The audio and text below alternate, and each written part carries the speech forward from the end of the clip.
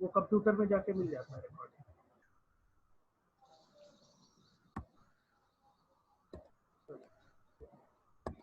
यहाँ पे देखो प्लांट मूवमेंट, जो प्लांट मूवमेंट है देख रहे हो, दिखाई दे रहा है ना? Yes sir. ये जो प्लांट मूवमेंट है इसको यहाँ पे देखिए, वो दो तरीके का होगा, एक होता है स्पॉन्टेनियस और एक होता है इंड्यूस। तो स्पॉन्टेनियस मतलब क्या हुआ? स्पॉन्टेनियस मतलब ये हुआ कि खुद से उसमें वो होगा, मतलब जो भी मूवमेंट होगा उसका जो उत्प्रेरक होगा, मतलब क्या है कि खुद सेल्फ, मतलब खुद के कारण उसमें मूवमेंट है। समझ में आ रहा है कि मतलब का कि उसमें कोई भी एक्सटर्नल फैक्टर, एक्सटर्नल स्टिमुलाई उसमें काम नहीं करेगा। अब ऐसे समझो दूसरा वाला तो समझ में आएगा। दूसरा क्या है? इंड्यूस। तो इंड्यूस मतलब क्या हुआ? इंड्यूस हो रहा है, इंडक्शन हो रहा है। इंडक्शन मतलब कि इसमें कई सारे स्टिमुलस आ रहे हैं। स्टिमुलस क्या हुआ? या तो वो लाइट हो सकता है, या तो वाटर हो सकता है, तो ग्रेविटेशनल फोर्स हो सकता है।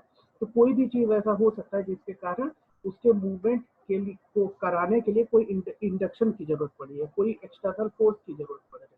ठीक है? जो बाहर जो बाहर से कोई फोर्स काम करता है मूवमेंट के लिए, तो उसे इंड्यूस बोला जाता है। और स्पॉन्टेनियस क्या? स्पॉन्टेनियस मतलब कि वो मूवमेंट जो अपने से अंदर मतलब आंतरिक कारण से हो रहा है, इंट्रिंसिक कारण से हो रहा है। ठीक है? जैसे मान लिया, ऐसे देखा जाए, एक एक एक हुआ इंडक्शन कि जैसे मान लिया कि हमें जो है सपोज कि मच्छर काट रहा है, ठीक? तो मच्छर काटने वाला क्या? इंड्यूस हुआ, बाहर से स्टिमुलस आ रहा है। हम कोई आवाज पे रिस्पॉन्ड कर रहे हैं तो वो क्या? इंड्यूस हुआ। हम हमारा अगर हमारा हाथ जल जा रहा है तो फिर अगर हाथ पीछे कर लेंगे वो भी क्या? इंड्यूस हो गया। कोई चीज हमें देख के फिर स्टिमुलस, मतलब जो भी स्टिमुलस एक्सटर्नली हमें मिल रहा है जिसके कारण मतलब ये तो मैं इसकी बात कर रहा हूँ, प्लांट की। तो यहाँ पे क्या हो रहा है कि जो प्लांट्स होते हैं उसमें दो तरीके के मूवमेंट्स होते हैं। एक तो ये हुआ स्पॉन्टेनियस, जो कि खुद के आंतरिक कारणों के कारण मूवमेंट होता है, और जो दूसरा है वो इंड्यूस्ड है। तो इंड्यूस में क्या होता है? बाहरी एक्सटर्नल फैक्टर्स काम करते हैं। ठीक है? अब देखो, जो जो ऑटोनॉमिक या फिर स्पॉन्टेनियस मूवमेंट है वो कैसे हो सकता है? उसका तीन तरीका दिया है। एक तो मूवमेंट ड्यू टू लोकोमोशन, मतलब खुद के मूवमेंट, मतलब मूवमेंट जो लोकोमोशन, लोकोमोशन क्या होता है? एक जगह से दूसरे जगह पे जाने का जो प्रक्रिया होता है उसे लोकोमोशन बोलते हैं। ठीक है? तो यहाँ पे क्या हो रहा है कि जो लोकोमोशन के कारण जो मूवमेंट हो रहा है, मतलब कोई एक्सटर्नल फैक्टर नहीं काम कर रहा है, खुद से जो मूवमेंट हो रहा है, ग्रोथ और कर्वेचर मूवमेंट। अभी मैं बताऊंगा ग्रोथ और कर्वेचर मूवमेंट क्या होता है। थोड़ा सा मैं यहाँ पे ग्लिम्स देता हूँ। ग्रोथ और कर्वेचर मूवमेंट आप लोगों ने देखा होगा कि जो ये होता है, जो अंगूर का जो डंठल होता है, देखा है क्या? उसमें टेंड्रिल, टेंड्रिल पता है क्या होता है? हाँ, टेंड्रिल जो है आप लोगों ने देखा होगा कि अंगूर हुआ या फिर ये जैसे क्या बोलते हैं, जैसे लौकी हुआ, कद्दू हुआ, इन सब के पेड़ में आप रिंग जैसा एक स्ट्रक्चर देखेंगे। तो मैं अभी दिखाता हूँ कि क्या उसे, ये वाला कई बार जो है बोर्ड में आपसे पूछा गया है कई बार। ये दिख रहा है यहाँ पे जो पौधा है, सर स्प्रिंग की तरह। हाँ हाँ, ये जो स्प्रिंग जैसा होता है, ये देखो यहाँ पे दिख रहा होगा 15.17। तो यहाँ पे देखो जो स्प्रिंग, ये जो प्लांट का पार्ट होता है इसको टेंड्रिल बोलते हैं, TENDRIL, टेंड्रिल। तो यहाँ ये जो है कर्वेचर मूवमेंट है, और कई बार जो है बोर्ड में पूछा गया था, अब तो हट ही गया है, लेकिन तब भी जानिए क्योंकि ये जो है इसमें नीट में बहुत अच्छा खासा इसमें क्वेश्चन। ठीक है? तो एक तो कर्वेचर मूवमेंट हो गया। फिर उसके बाद तीसरा जो है वेरिएशन मूवमेंट। अब ये वेरिएशन मूवमेंट क्या हुआ? वेरिएशन मूवमेंट वो मूवमेंट है जो कि टाइम टू टाइम, जैसे मान लिया कभी जो टेम्परेचर बढ़ गया, कोई डे और लाइट, जैसे अब एक चीज और जानिए, पौधा के वो फूल होता है, फूल को आप देखेंगे सुबह खिल जाता है और शाम को जो है बंद हो जाता है, और रात भर पूरा बंद है, सुबह खुल जाता है। तो यहाँ पे क्या हुआ? यहाँ पे पौधे में जो रिस्पॉन्स होता है वो टेम्परेचर के भी कारण होता है। फूल का खिलना हुआ, पौधे का झुक जाना, फिर उसके बाद स्ट्रेट हो जाना, पत्तियों का झुक जाना, स्ट्रेट हो जाना। तो यहाँ पे पत्तियों का झुक जाना, स्ट्रेट हो जाना, ये तो डे लाइट के कारण होता है, सूर्य की रोशनी आ रही है और जा रही है, इसके कारण से हो रहा है। सूर्य की रोशनी, या फिर सूर्य की रोशनी ना भी पड़े तो भी अगर दिन हो रहा है, लाइट डायरेक्टली नहीं भी पड़ रहा है, तो भी वो पत्ती खड़ा हो जाएगा, फिर उसके बाद शाम होते होते बंद हो जाएगा। चाहे फूल ही हुआ, आप उसको गमले को उठा के आप ऐसे जगह पे रख दीजिए जहाँ पे लाइट ना पड़ रहा हो, तो भी सुबेरे वो खुलेगा और रात में बंद हो जाएगा। ठीक है? तो इस तरीके का जो मूवमेंट होता है वेरिएशन मूवमेंट हो रहा है। लेकिन इसमें जो मूवमेंट हो रहा है सारा का सारा, ये खुद के कारण हो रहा है, आंतरिक मतलब अंदर से इंडक्शन आ रहा है, खुद कोई बाहर से कोई इंडक्शन नहीं है। लेकिन अब दूसरा वाला आप देखिए यहाँ पे इंड्यूस वाला, इंड्यूस माने कोई इंड्यूस कर रहा है, इंड्यूस मतलब प्रभाव डालना है। तो प्रभाव के कारण जो मूवमेंट होता है वो 3 भागों में बांटा गया है। तो बाहर से कौन कौन से प्रभाव आ सकते हैं? लाइट हो सकता है, धूप धूप पड़ रहा है तो उसके कारण मूवमेंट हो सकता है, ग्रेविटेशनल फोर्स के कारण हो सकता है, कुछ केमिकल्स के कारण होता है, कुछ पानी के बहाव का स्टिमुलस होता है। जैसे जैसे हमसे कहा जाए कि हमारे में जो इंडक्शन है या फिर स्टिमुलस है ह्यूमन में, तो क्या होता है? आवाज भी एक स्टिमुलस है। क्या है स्टिमुलस? मतलब कि वो चीज जो कि हमें इंड्यूस कर रहा है हमारे दिमाग में, मतलब वो चीज जा रहा है। स्मेल हो गया इंड्यूस करना, या फिर क्या होगा, जो हम चीजें देख रहे हैं वो भी इंड्यूस कर रहा है। ठीक है, कोई चीज टच हो गया वो भी स्टिमुलस है। हम कोई चीज गर्म चीज छू दी है वो भी स्टिमुलस है। टच हो गया वो सारा का सारा स्टिमुलस होता है।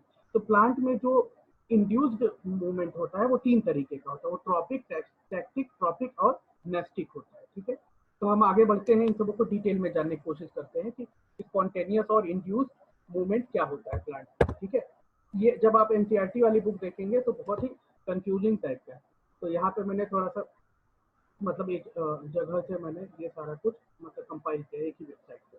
तो यहाँ पे देखिए स्पॉन्टेनियस मूवमेंट को अगर हम डिफिनीशन में देखना चाहें तो देयर आर अदर क्या है, there are other plant movement which takes place spontaneously without external stimuli। वही चीज मैं कह रहा हूँ कि बाहर से कोई स्टिमुलाई नहीं आता है, वो खुद के कारण से होता है, उसे ऑटोनॉमिक या फिर स्पॉन्टेनियस होता है। लेकिन इंड्यूस में क्या हो रहा है कि कोई स्टिमुलाई मतलब क्या, कोई भी संवेदना बाहर से लिया जाता है। ठीक, तो अब हम जो यहाँ पे देखिए, यहाँ पे 3 तरीके का मैंने बताया था मूवमेंट। जो स्पॉन्टेनियस, जो स्वतः से खुद के कारण जो मूवमेंट होता है वो 3 तरीके का था।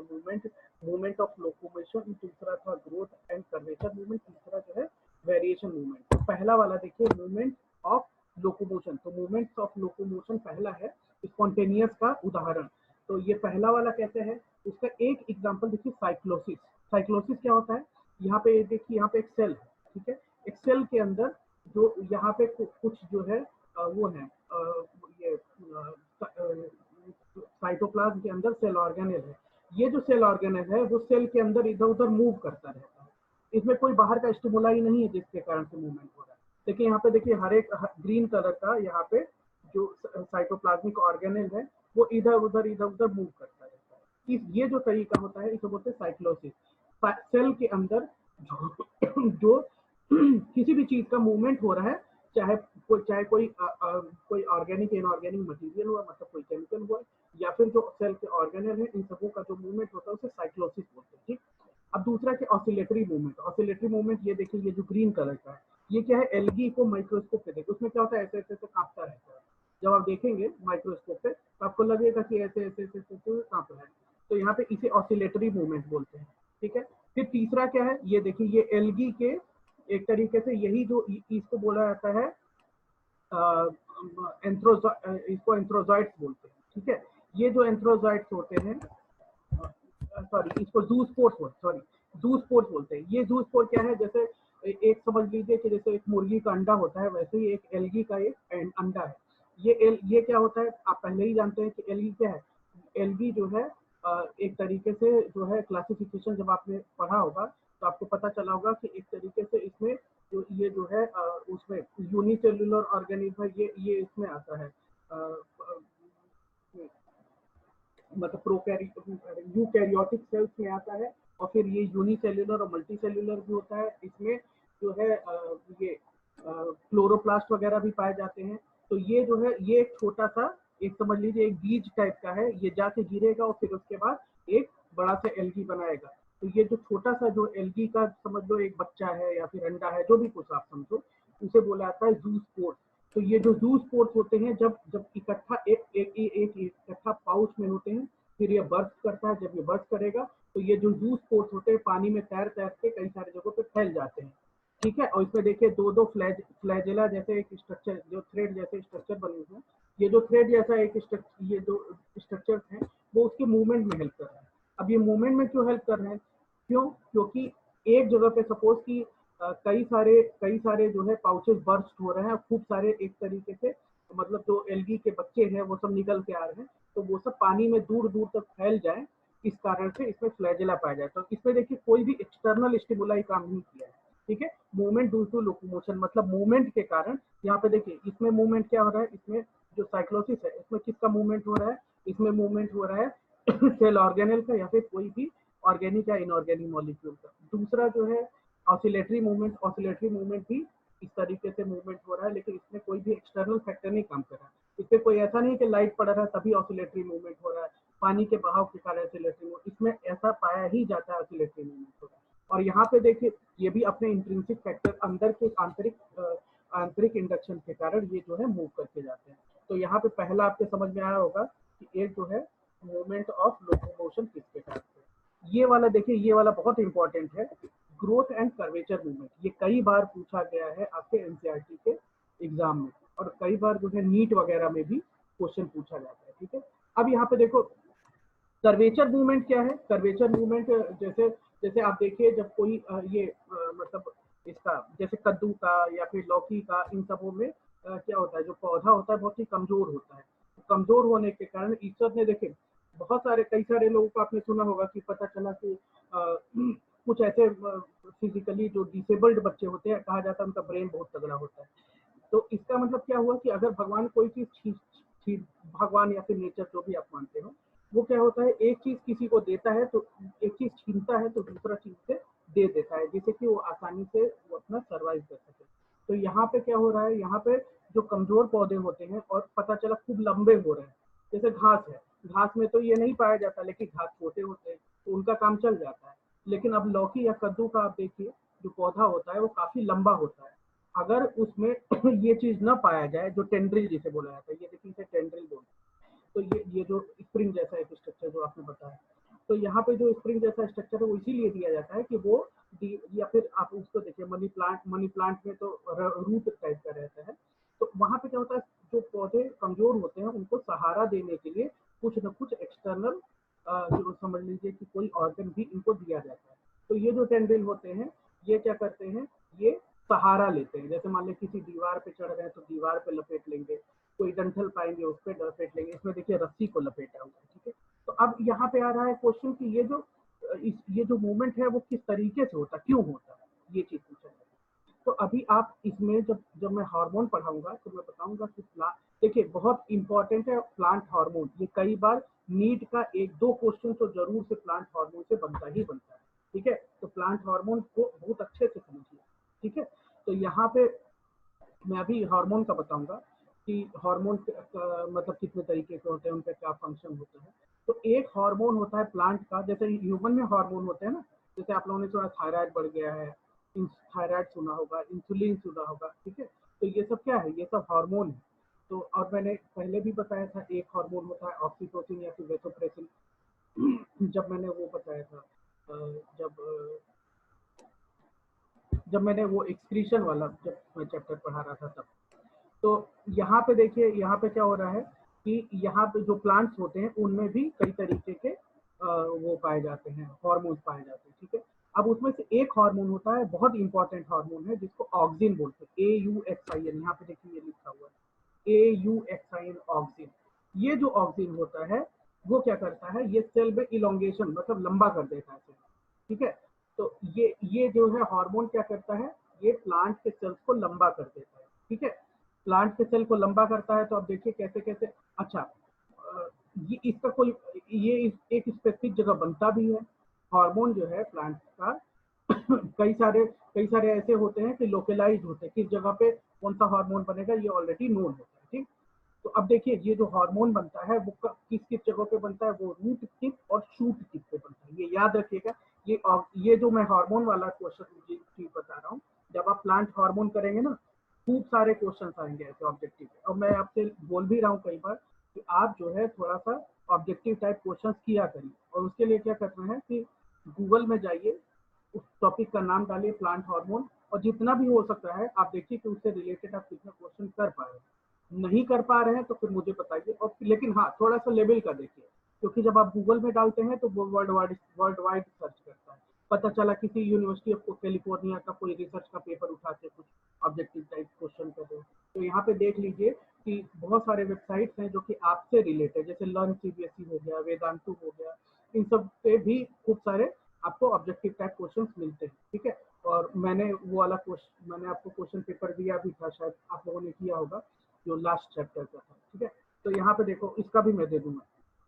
तो यहाँ पे देखो ये क्या है, मैंने क्या बताया, ये जो ऑक्सीजन होता है, बहुत ध्यान से सुनना, ऑक्सीजन का काम होता है प्लांट के सेल्स में सेल का इलोंगेशन, मतलब लंबा कर देना, सेल को ये लंबा कर देता है ऑक्सीजन हार्मोन। ठीक है, ये जो ऑक्सीजन हार्मोन होता है बनता कहाँ पे है, देखो दो सारा पॉइंट मैं बता रहा हूँ। ऑक्सीजन का फंक्शन, ये कई बार नीट में पूछा गया है, ऑक्सीजन का फंक्शन है सेल को इलोंगेशन कराना, सेल को लंबा करते हैं।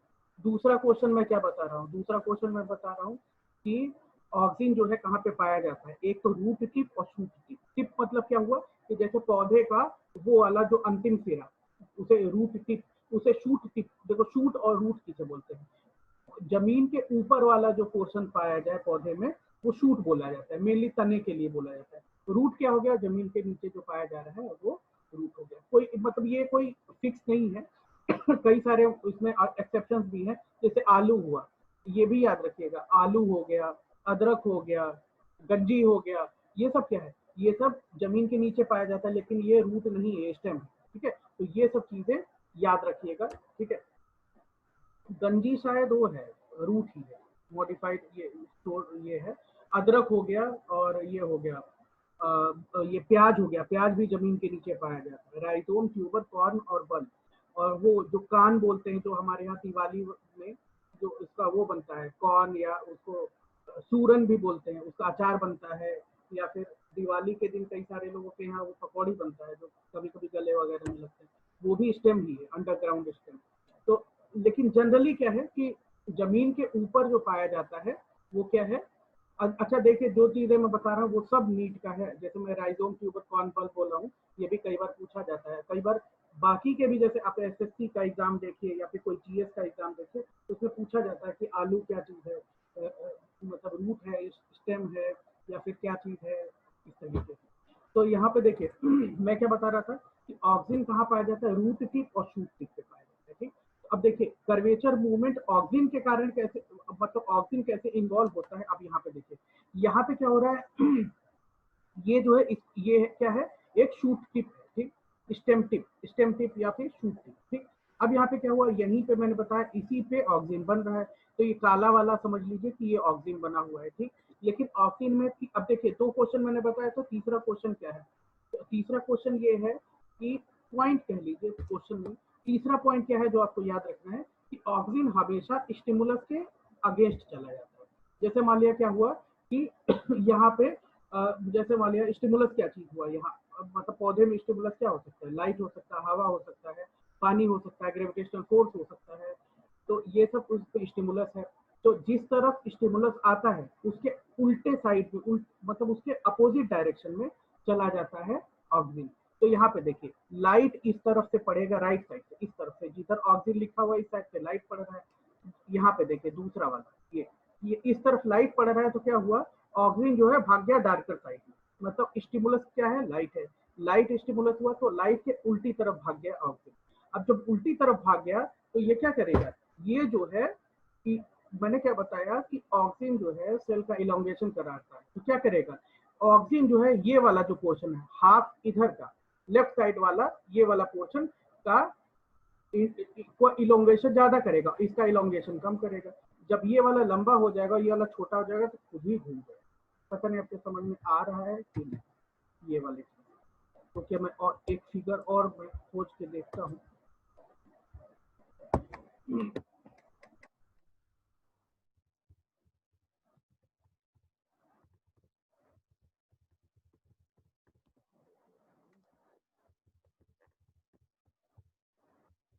और कोई बढ़िया फोटो भी मैं देखने की कोशिश करता हूँ, शायद उससे अगर आपके नहीं समझ में आया तो ये भी जो है समझ में आया।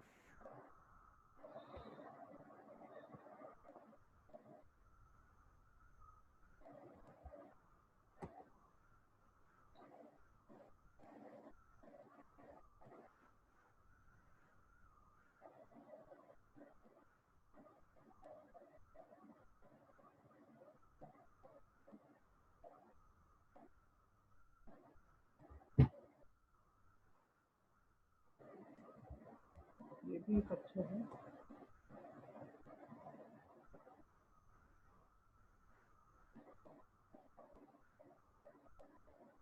चलो यही वाला होता है।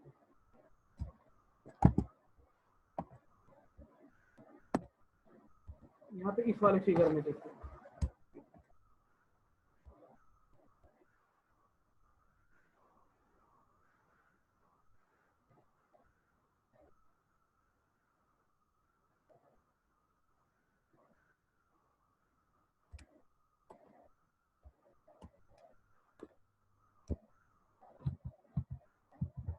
यहाँ पे देखिए, यहाँ पे क्या हो रहा है कि ये जो ऑक्सीजन है वो किस तरफ भाग जा रहा है, डार्कर साइड।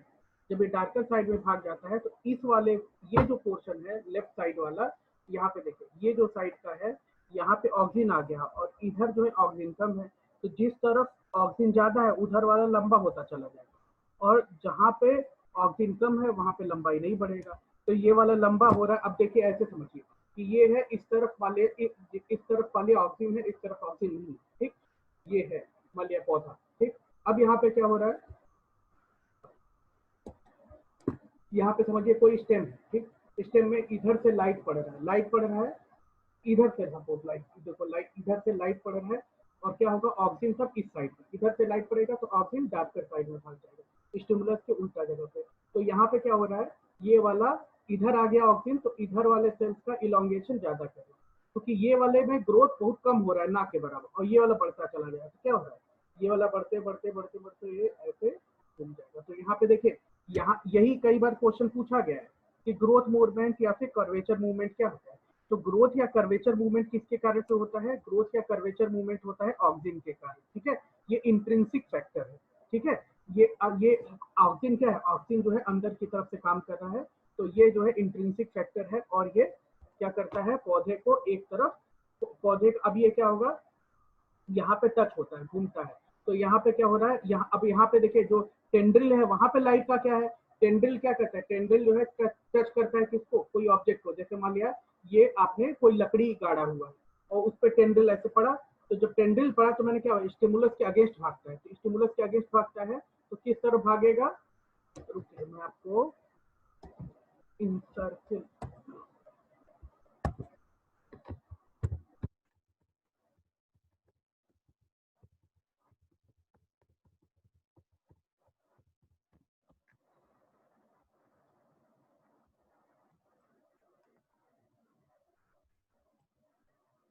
आपके बोर्ड में कई बार आया था, 3-4 बार, मतलब विद इन 10 मिनट।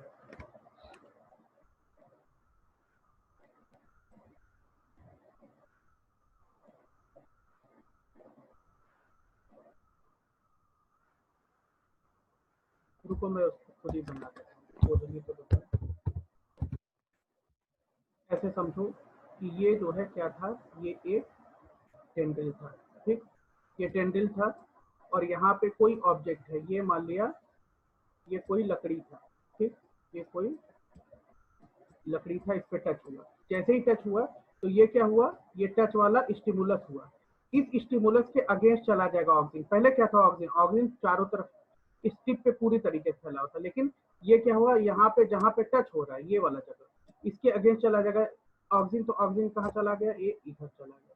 जब ऑक्सीजन इधर चला गया तो इधर का जो सेल है उसका ग्रोथ ज्यादा होगा, किसके तुलना में, इधर वाले की तुलना में। तब क्या होगा, कुछ दिनों बाद, क्योंकि इसने ऑब्जेक्ट को टच किया हुआ है, तो ये कैसे होगा, यहाँ का देखिए इसका ग्रोथ ज्यादा हो रहा है, इसका ग्रोथ ज्यादा हो रहा है, इस वाले का ग्रोथ ज्यादा हो रहा है और इस वाले का कम हो रहा है, इसलिए ये वाला पोर्शन लंबा हो जाएगा। आप देखिए पहले क्या था, ये देखिए ये वाला जो था इसके बराबर था, लेकिन यहाँ पे क्या हुआ, ये वाला ज्यादा लंबा हो गया और ये वाला थोड़ा सा ही लंबा हुआ। फिर उसके बाद क्या होगा, फिर कुछ दिनों बाद ये और घूमेगा ऐसे ही, ये ऑब्जेक्ट है उसको ऐसे लपेटता चला जाएगा, ठीक है, ऐसे ही। तो टेंड्रिल क्या होगा, ऐसे ही ऐसे ऐसे ऐसे ऐसे ऐसे ऐसे लपेटता चला जाएगा, तो इसको इनसर्किल मूवमेंट भी बोलते हैं, ठीक है। और ग्रोथ कर्वेचर मूवमेंट या फिर ग्रोथ मूवमेंट, तो ये भी इंट्रिंसिक फैक्टर के कारण हो रहा है। तीसरा जो मैं बता था, वेरिएशन मूवमेंट। वेरिएशन मूवमेंट क्या है, जैसे मान लिया मैंने बताया कि जैसे दिन में किसी तरीके से होगा, हवा चल रहा है तो किसी तरीके से हवा के डायरेक्शन में चला गया या फिर कुछ, तो यहाँ नहीं हवा नहीं बोला जाएगा। यहाँ पे क्या हुआ कि यहाँ पे हवा तो एक स्टिमुलस हो जाएगा।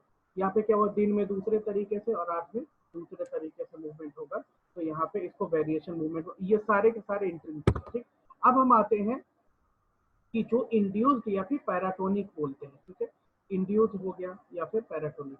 तो इसमें जो इंड्यूस्ड या पैराटोनिक जो मूवमेंट होता है, इसको देखो तीन तरीके का मैंने बताया था, 3 तरीके का, टैक्टिक, ट्रॉपिक और नेस्टिक। ये बहुत इंपॉर्टेंट है, ये आपके एनसीईआरटी के बुक में भी है और कई बार पूछा भी जाता है।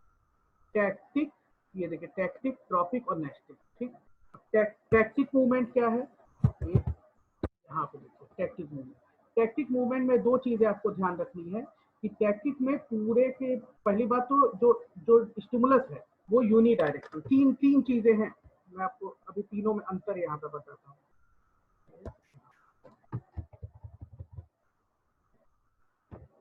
एक है टैक्टिक,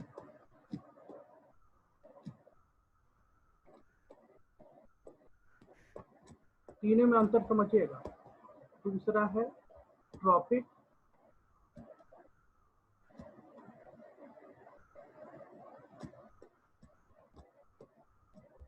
और तीसरा जो है नेस्टिक। ये आपके एनसीईआरटी के बुक में था पहले, अभी भी आपके पास बुक होगा तो, लेकिन इतने गंदे तरीके से लिखा हो तो फिर समझ में आएगा नहीं कि क्या ये बताना चाहिए। अब देखिए इन तीनों का जो डिवीजन हुआ है किस बेसिस पे हुआ है, ये मैं बता रहा हूँ। पहला क्या है, वो जो स्टिमुलस है।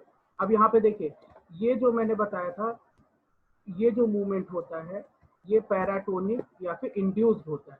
तो इसका मतलब क्या हुआ कि कोई ना कोई इसमें स्टिमुलस काम करेगा ही। स्टिमुलस क्या है, संवेदना। जैसे कोई टच हो गया, कोई लाइट पड़ रहा है, कोई ऐसा चीज हुआ, तो यहाँ पे स्टिमुलस। तो टैक्टिक में क्या होता है, जो टैक्टिक होता है उसमें जो जो स्टिमुलस होता है वो क्या होता है, यूनिडायरेक्शनल। यूनिडायरेक्शनल मतलब किसी एक पर्टिकुलर साइड से स्टिमुलस पड़ रहा है। ठीक है, यूनिडायरेक्शनल, ये भी यूनिडायरेक्शनल, और ये है अनडायरेक्शनल। अब बता रहा हूं कि इन तीनों में क्या, इन तीनों में कौन कौन सा एग्जांपल आ सकता है।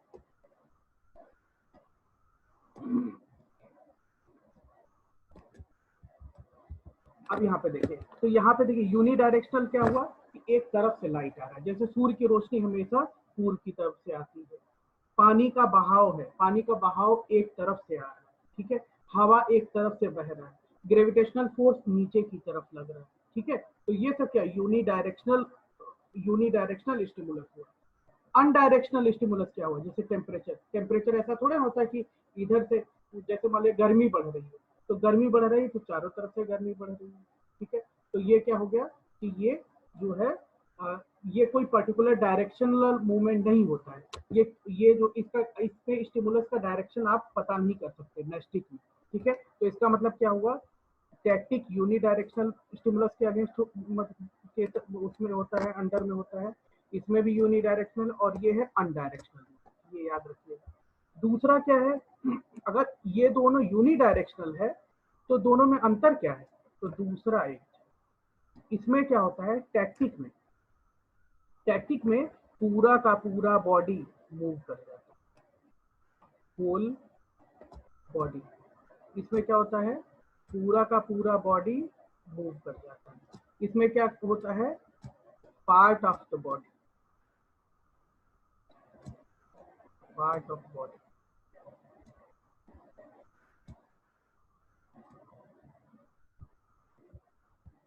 तो देखो अब समझो कि क्या, अगर आपको कोई पूछता है कि प्लांट्स में टैक्टिक मूवमेंट क्या होता है, ये देखिए नीट में भी क्वेश्चन पूछा जा सकता है।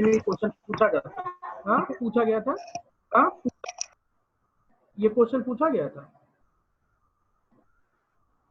आवाज आया था, चलिए। तो यहाँ पे देखिए टैक्टिक, ट्रॉपिक, नेस्टिक, ये कई बार पूछा जाता है और अक्सर करके कंफ्यूजन हो जाता है। ठीक है, तो टैक्टिक में क्या हुआ कि एक तरफ से लाइट आ रहा है और पूरा का पूरा बॉडी ही मूव कर रहा है। आप ऐसे समझिए कि सूर्य की रोशनी के प्रभाव में सूर्य से के तरफ से एक पूरब की तरफ से रोशनी आ रही है, तो पूरा का पूरा बॉडी ही मूव करके या तो अंधेरे की तरफ चला जाए, या फिर लाइट की तरफ चला जाए, या फिर शेडो में चला जाए। ठीक है, ये हो गया टैक्टिक। ट्रॉपिक में क्या, यहाँ पे भी लाइट मतलब एक तरफ से कोई एक डायरेक्शनल मूवमेंट है और उसमें पूरा प्लांट नहीं चला जाएगा। अब देखिए होल बॉडी का मूवमेंट किस स्पेसिफिक जगहों पे हो सकता है, कैसे, बहुत छोटे से कोई पौधा है जो पानी में तैर रहा है, उसका पूरा पूरा बॉडी मूव होके जा सकता है। लेकिन आप ये कहिए तो कोई अच्छा खासा आम का पेड़ है, अब उधर से सूर्य की रोशनी पड़े तो क्या पेड़ उखड़ के भागेगा क्या पूरा का पूरा? नहीं, उसका एक छोटा सा पोर्शन हो सकता है, उसका डाली इधर चला जाए, पत्तियां इधर चली जाए, तो उसमें क्या हो रहा है, मूवमेंट हो रहा है एक यूनिडायरेक्शनल उसके मतलब उस प्रभाव में, लेकिन उसका पार्ट मूव कर रहा है, न कि पूरा बॉडी। तो इन दोनों में अंतर समझ। और नेस्टिक में क्या होता है, नेस्टिक में इन दोनों से यही डिफरेंस हो गया कि ये अनडायरेक्शनल मूवमेंट होता है, जैसे टेम्परेचर बढ़ गया, ठीक है, या फिर पानी का ऑस्मोटिक प्रेशर चेंज हो गया, तो ऑस्मोटिक प्रेशर चेंज हो गया तो उसके चारों तरफ का ऑस्मोटिक प्रेशर चेंज हो गया, उसमें कोई पर्टिकुलर डायरेक्शन वाली बात नहीं आती है। ठीक है, तो अब देखिए, अच्छा मैं इन सब चीजों का रिकॉर्ड भी कर रहा हूँ, तो मान लिया किसी का छूट भी जाएगा ना तो मैं आज कोशिश करूंगा, आजकल में मेरे पास रिकॉर्ड हो रहा है, पिछले उसका भी रिकॉर्ड हो गया था, तो मैं कोशिश करूंगा कि जो है उसमें अगर मैं देखता हूँ सर व्हाट्सएप पर भेज दीजिएगा। व्हाट्सएप पे बहुत बड़ा होगा, तो तुम्हें डाउनलोड करने में तुम्हारा पूरा डेटा चला जाएगा, मुझे भेजने में भी जाएगा, और वो जाएगा फिर 1 घंटे का पूरा है, तो मैं क्या करूंगा यूट्यूब पे डाल दूंगा। ठीक है, तो यूट्यूब पे क्या होगा कि आप जो है उसे चाहे जब चाहे तब देख, ठीक है। लेकिन मुझे देखना पड़ेगा कि कैसे अपलोड करें, मतलब पूरे, क्योंकि मैं क्या कर रहा हूँ कि ये जो फिगर्स वगैरह है ये मेरा खुद का बनाया हुआ नहीं है, ठीक, मैंने वेबसाइट से उठाया, तो इसका कॉपीराइट वायलेशन हो सकता है। तो कॉपीराइट वायलेशन से बचने के लिए मैं क्या कर सकता हूँ कि मैं हाइड करूंगा, जिसको मैं चाहूँ उसी को दिखाऊं। तो इसलिए आप लोग देखिए उसको, अगर मैं पूरे पब्लिक प्लेटफॉर्म पे ले जाऊंगा तो लोग कहेंगे अरे ये तो मेरे वेबसाइट से उठाया है फोटो, तो उसको मुझे वो क्रेडिट देना पड़ेगा, वहां पे लिखना पड़ेगा, तो कहाँ तक मैं लिखता फिरूंगा, तो इसीलिए मैं उसको मतलब लिमिटेड रखूंगा, तो मुझे देखना पड़ेगा कि वो कैसे होगा। चलो, तो यहाँ पे देखो, यहाँ पे लिमिटेड होता है, अब मुझे देखना पड़ेगा उसके ऊपर। ठीक है, अब देखो टैक्टिक आपको समझ में आ चुका होगा, ट्रॉपिक समझ में आ चुका होगा, और नेस्टिक समझ में आ चुका होगा। ठीक है, अब हम आते हैं अपने मेन टॉपिक पे, मतलब यहाँ पे समझाने के लिए था। अब यहाँ पे देखिए कि क्योंकि यही मैं स्लाइड बना रहा था, बना नहीं पाया, टाइम हो गया, तो ये देखिए टैक्टिक का तो मैंने बनाया था। टैक्टिक में क्या हो रहा है, अंडरलाइन मैंने कर दिया है कि होल बॉडी का मूवमेंट होता है, पूरे बॉडी का मूवमेंट होगा, और यूनिडायरेक्शनल एक्सटर्नल स्टिमुलाई होगा। ठीक है, अब देखो स्टिमुलस के बेसिस पे इसका नाम रख दिया जाता है। ठीक, अगर इसका नाम